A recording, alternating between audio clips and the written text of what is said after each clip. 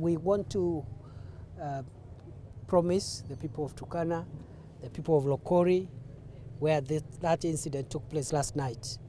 We are going to deploy whatever machinery, whatever equipment, whatever resource we have to make sure that we recover the livestock that has been stolen from innocent people in this county by some criminals.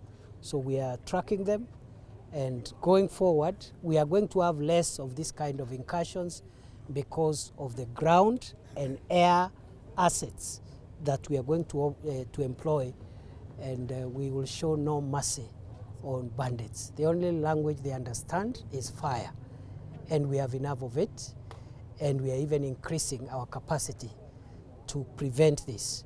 There have been some progress, but still we are experiencing challenges. In the last 6 months, 6,800 livestock has been stolen from Turkana County by criminals who are suspected to be coming from neighboring county. And out of the 6,800, we have recovered 5,600, 1,200 livestock, heads of cattle and camels are outstanding. I have directed the county security and intelligence team to look for the remainder of the livestock, recover it and hand it over to their owners. Already we've had recoveries, including early this week. I think 1-2 months ago we even recovered a huge number, 2,000 of the goats and sheep, which were handed over to their owners. But still we want 100% recovery. The key solution to this problem will be the complete suppression of banditry. As you're aware, our officers are doing their best, and the government is supporting them by modernizing their equipment, because we do not want to have casualties among law enforcement officers.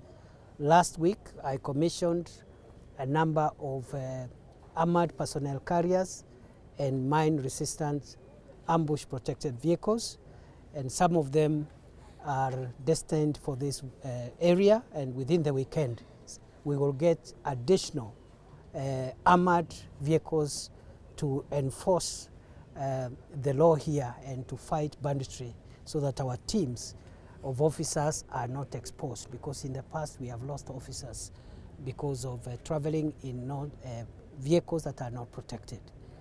As you're aware, last year we did give money to train, equip and deploy additional NPRs for Turkana.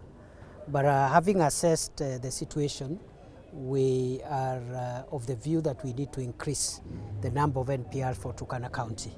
And therefore, I have asked the security team to work with other stakeholders and ensure that we add the number of NPRs within Turkana County by 468, which will be spread across the areas where we still have problems. We still have problems in Turkana East, parts of Turkana South, Loima, and also in our border with South Sudan, the Nadapa area, and also in the north. We still have issues, a little different in Kibish area and Todonyang. So we will make that intervention. Secondly, the highway between here and Kitale initially was a bit volatile and dangerous. We've now been able to stabilize the highway, and then we have some issues between ourselves and our neighboring country of Uganda. We have some issues, cross-border security issues between ourselves and our brothers in Southern Sudan.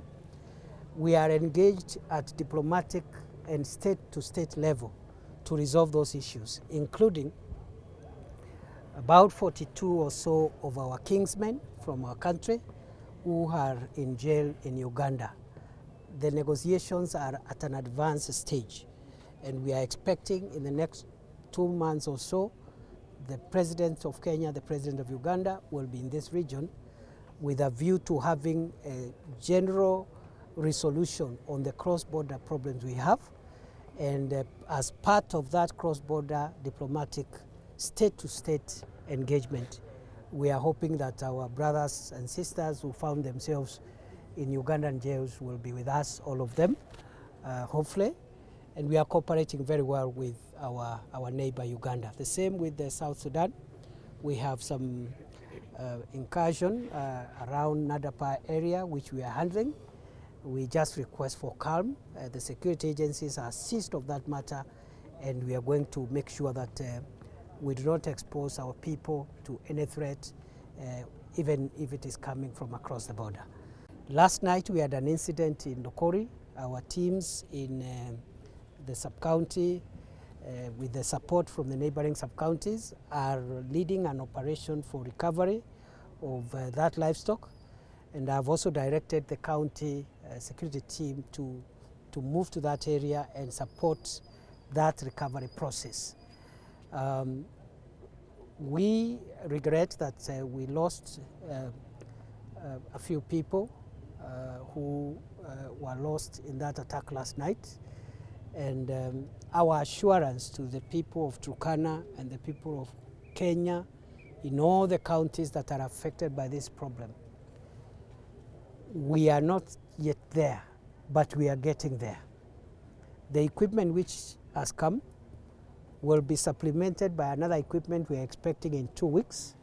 And that equipment includes air assets, which will coordinate with the ground teams. And these air assets are armored, so they are able to carry out kinetic operations from the air. And that is the only language that bandits and livestock thieves understand, so that we have a coordinated approach and air-to-ground communication between the teams that are working on recovering livestock and preventing livestock theft on the ground with air teams. So in a short while, this picture and this scenario is going to change drastically. I just want to request for a little more patience as all of us struggle, because we are all partners. Our security agencies are partners in this effort. Political leaders who have really done a big role in supporting this operation against crime are also important stakeholders, and that's why we took time to consult with them this morning. We have discussed, especially with our brothers and sisters, the political leaders, and we are agreed also as a way of building sustainable peace. Beyond the bombardment and the security measures, we need to engage our communities on peace-building programs and border-to-border, county-to-county engagement, so that we can build sustainable infrastructure of peace, which will be owned by the people themselves and not by security officers. But in the meantime, we must crush the aggressors. In fact, it is our view that no such discussion should go on until first we subdue the aggression. Because if we entertain discussions and people in the process, as you are talking, they are busy attacking other people, you create a culture of impunity. So we will build peace, we will do the interventions that have been recommended, and we'll continue generating solutions from all stakeholders, members of parliament, MCAs, the county government, elders, law enforcement agencies, NGOs. All stakeholders will be brought on board.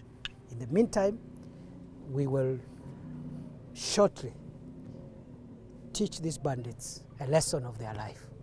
That is, if they will be alive to learn anything. Nawashukuru sana, na hapa Turkana tuko na sehemu ambazo tunaweza kutawaza zile tunataka kuanzisha sehemu mpya za utawala hapa Turkana. Kazi hiyo inaendelea, na zile ambazo zilikuwa zimewekwa katika gazeti rasmi ya serikali tutaenda kuzimalizia, tulete maafisa wetu. Vile vile tungetaka kuongeza idadi ya magari ya maafisa wetu wa usalama ili wapate nafasi ya kutuhudumia vizuri, na tukishirikiana na wabunge wenu wataweka pesa kwa CDF kutusaidia katika ujenzi wa zile sehemu ambazo bado hasijajengwa, ili askari wetu na maafisa wetu wa usalama wapate mahali pazuri pa kufanya kazi. So hiyo ndio maneno tuko nayo, tunaomba mtuachie ili tuende tukaungane na wenzetu ambao wanafuata mifugo. Hata hao waheshimiwa tulikuwa tumesema tufupishe ili tuende kwa hiyo kazi, kwa sababu hatuwezi kutishwa na wakora ama wafikirie tumechoka. Sisi hata hatujaanza. If they think we are tired, we have not even begun. So tunaomba mturuhusu, mtauliza maswali siku ingine.